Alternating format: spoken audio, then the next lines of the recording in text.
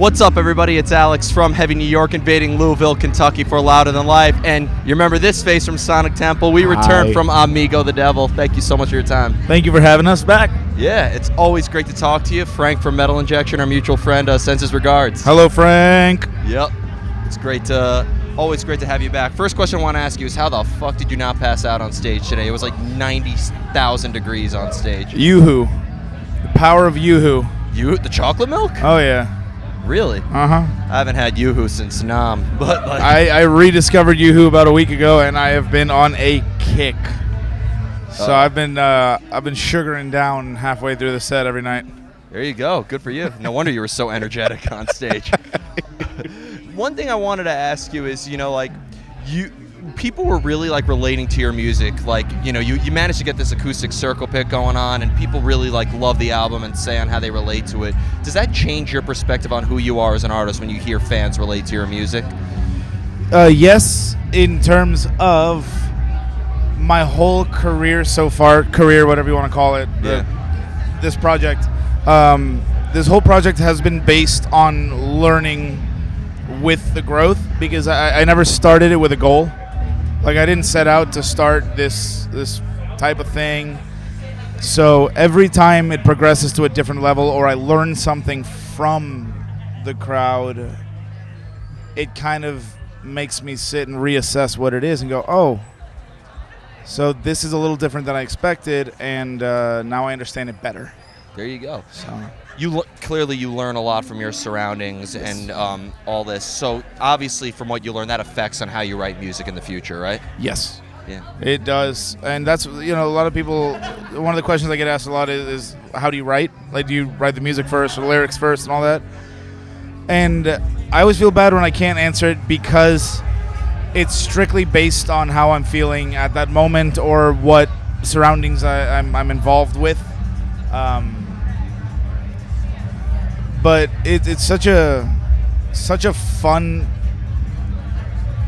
freedom. It's like a liberty to be able to change things and adapt like that. Yeah. And I owe that completely to everyone who comes out to watch us, that sings along and all that. Yeah. And we're definitely excited to have you at the Bowery Ballroom with Twin Temple and King Dude. So excited about that show. Yeah. Have you ever seen Twin Temple, the satanic Amy Winehouse everybody's been calling it? I love Twin Temple. Yeah. And I love King Dude too, but when they both said yes to that tour, it's definitely gonna be one of those tours where I'm basically just there to watch them every night. Yeah. And then I get to play as well. But there you go. Yeah, they're cool. Yeah. When it comes to songwriting, does inspiration kind of come spontaneously, out of nowhere, or do you have to put yourself in a certain atmosphere, in a certain situation, in order for inspiration to kind of come?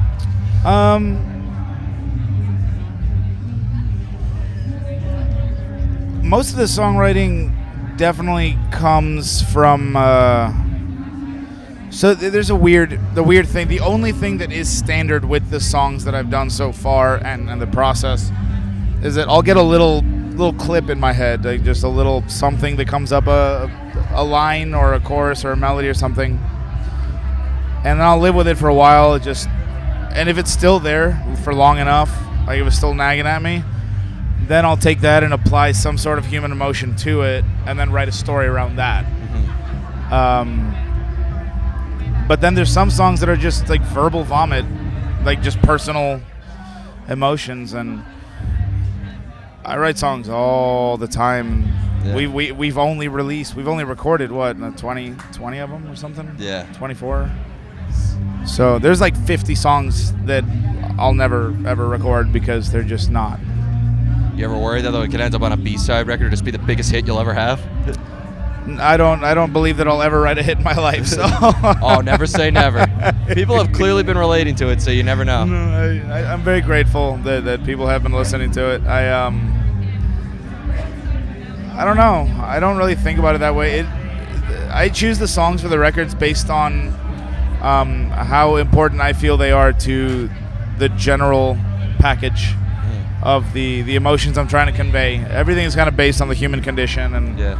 You mentioned like emotions. Does it come from the emotions that you're feeling at that time, or like do you look back at an emotion that you felt previously, or do you put yourself like in that atmosphere, in that sort of element? A lot of it is putting myself in that element. Is for example, if I have a friend that I know is struggling with something, dealing with something, my instinct is to try to figure out how it feels for them, to put myself in their shoes, just to try to help from an appropriate perspective. That's just instinctual. I don't always succeed. Obviously, everybody has their own process, their own thoughts, but it does affect how I process things. To imagine myself in a different circumstance. So it's fair to say work almost comes out of work in that regard in a way. Yeah. So it almost seems like with every song you write, you have like ideas come just from one song in general, right? Yeah.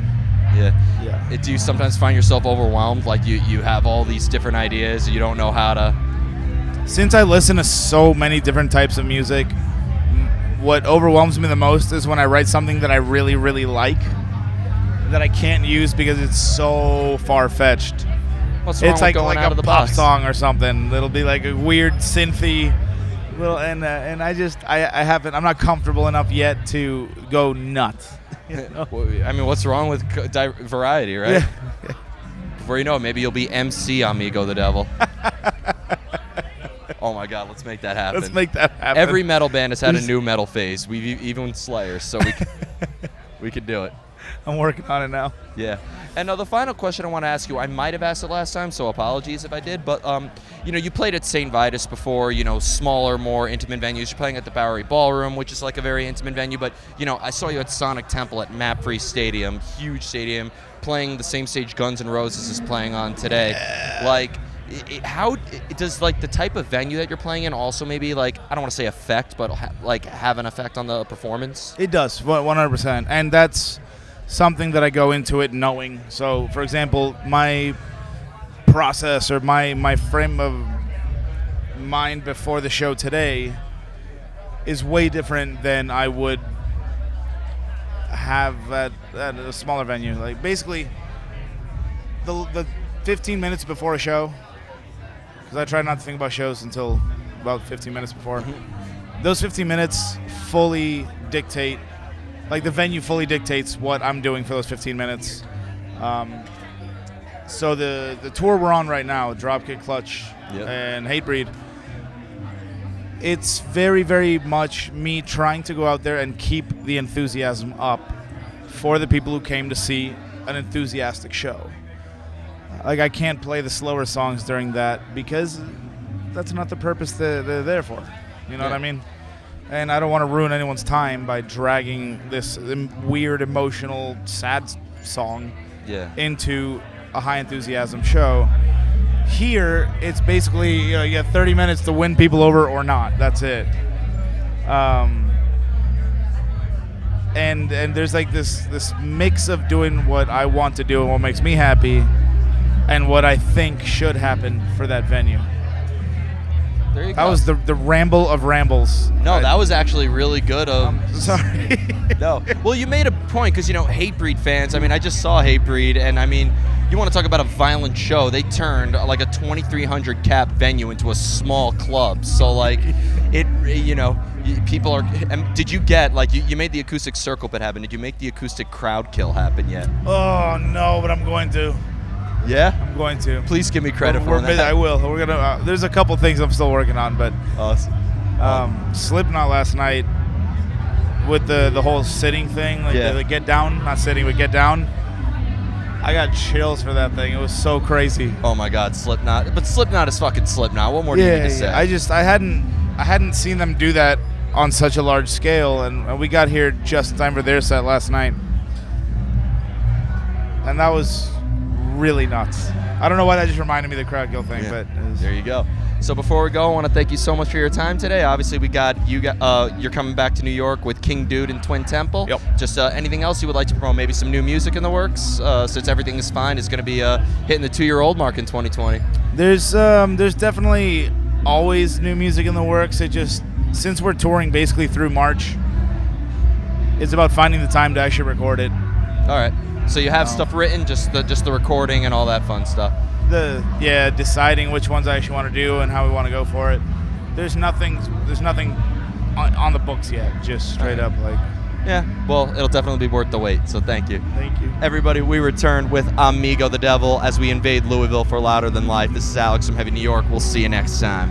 Thank you, brother.